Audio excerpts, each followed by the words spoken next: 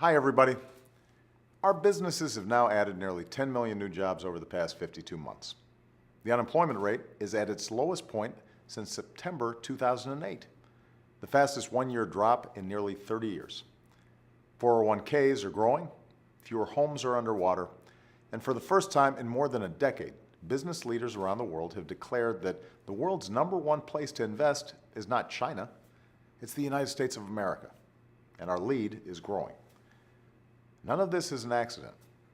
It's thanks to the resilience and resolve of the American people that our country has recovered faster and come farther than almost any other advanced nation on earth. But there's another trend that threatens to undermine the progress you've helped to make. Even as corporate profits are as high as ever, a small but growing group of big corporations are fleeing the country to get out of paying taxes.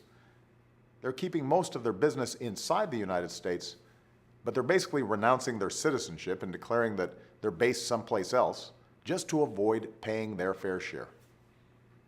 Now, I want to be clear. There's only a few big corporations so far. The vast majority of American businesses pay their taxes right here in the United States. But when some companies cherry-pick their taxes, it damages the country's finances. It adds to the deficit. It makes it harder to invest in the things that will keep America strong. And it sticks you with the tab for what they stash offshore. Right now, a loophole in our tax laws makes this totally legal. And I think that's totally wrong. You don't get to pick which rules you play by or which tax rate you pay, and neither should these companies. The best way to level the playing field is through tax reform that lowers the corporate rate, closes wasteful loopholes, and simplifies the tax code for everybody.